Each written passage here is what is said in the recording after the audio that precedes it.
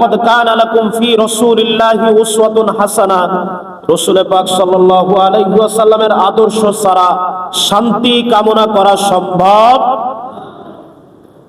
আল্লাহ রাসূলের উত্তম সুমহান আদর্শ বাস্তবায়ন ছাড়া একটা আদর্শ সমাজ কখনো বাস্তবায়ন করা সম্ভব নয়।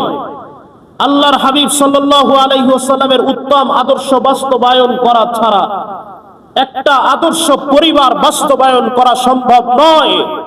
আল্লাহর হাবিব সাল্লাল্লাহু আলাইহি ওয়াসাল্লামের সুমহান আদর্শ ছাড়া একটা দেশ আদর্শ দেশ হিসাবে গঠন করা সম্ভব নয়। আল্লাহর হাবিব সাল্লাল্লাহু আলাইহি ওয়াসাল্লামের সুমহান আদর্শ ছাড়া একটা ব্যক্তি আদর্শ ব্যক্তিতে পরিণত হওয়া সম্ভব নয়।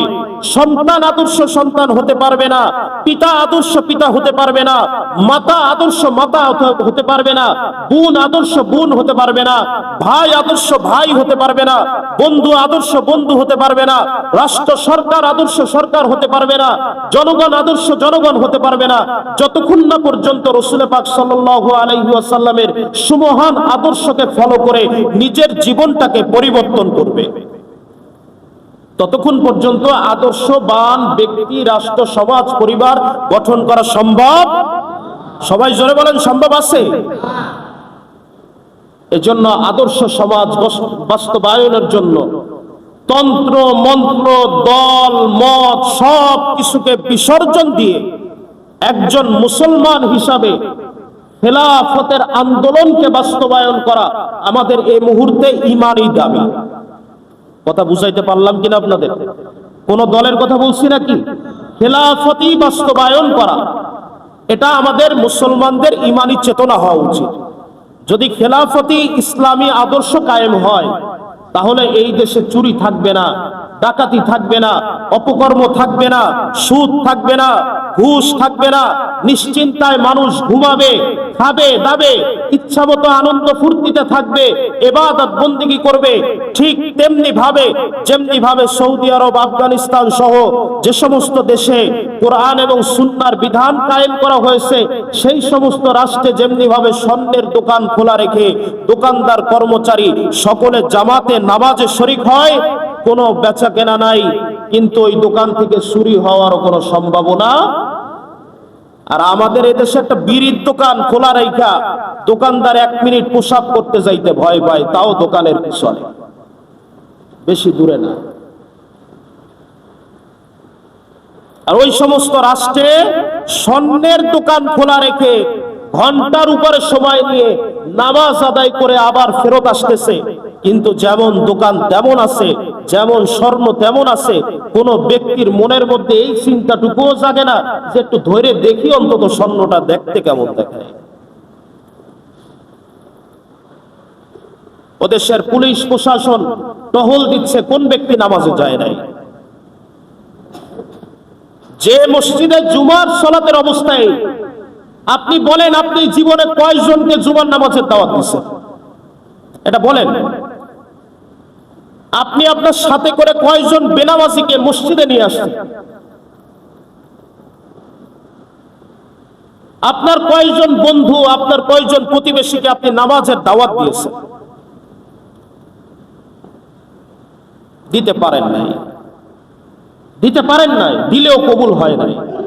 আরে ভাই, কবুল হোক বা না হোক আপনি তো চেষ্টা করবেন। কবুল করার মালিক কে বলেন? কে কবুল করবে?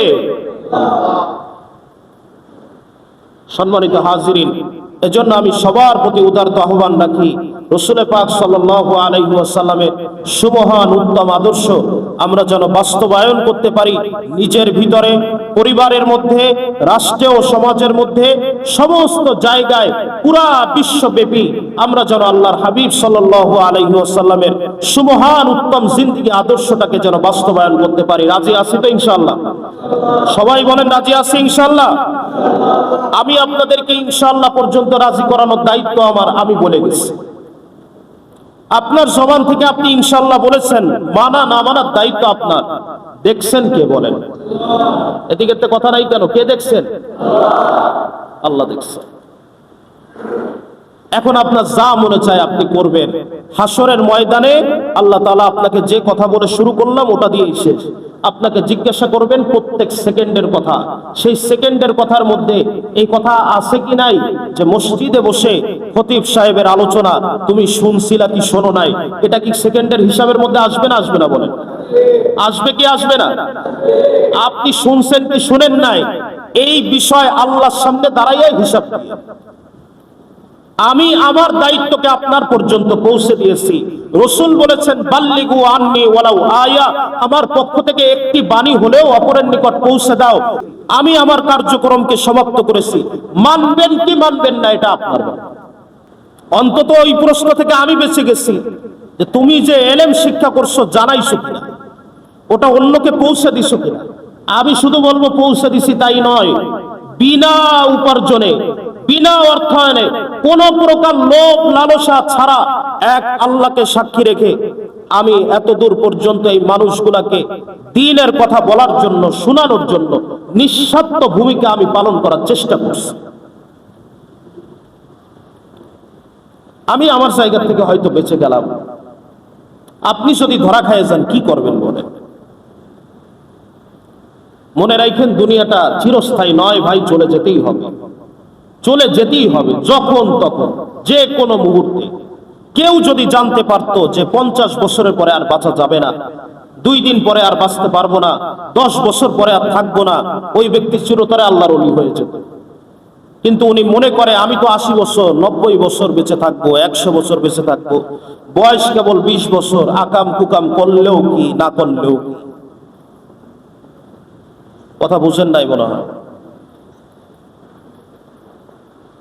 বয়স তো কেবল শুরু, বিয়ে কেবল করলাম, বাচ্চা কেবল একটা নাতির নানা হইছি দাদা হইছি, এটা কি বয়স হইছে? আরো কত জিন্দেগি পড়ে আছে।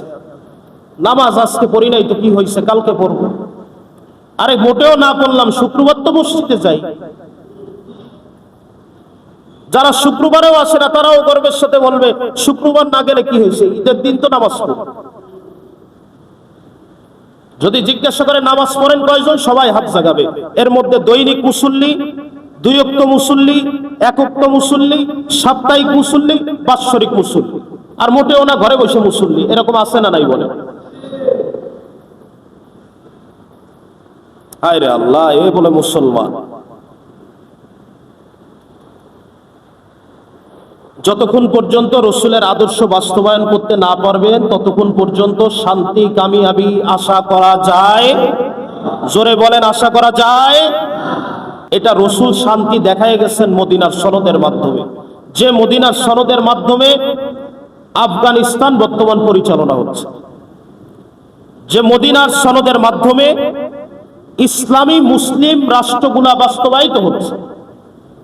আর এই ইসলামী আদর্শকে বাস্তবায়ন করার জন্য জুলুম আসবে, নির্যাতন আসবে, মাইর খাওয়া লাগবে, জেল খাটা লাগবে, মেলা ধরনের কষ্ট করতে হবে। ইসলাম একদিনেই কায়েম করা সম্ভব নয়। এটার জন্য নিজের জীবনটাকে আল্লাহর জন্য উৎসর্গ করতে আমরা রাজি আছি তো ইনশাআল্লাহ?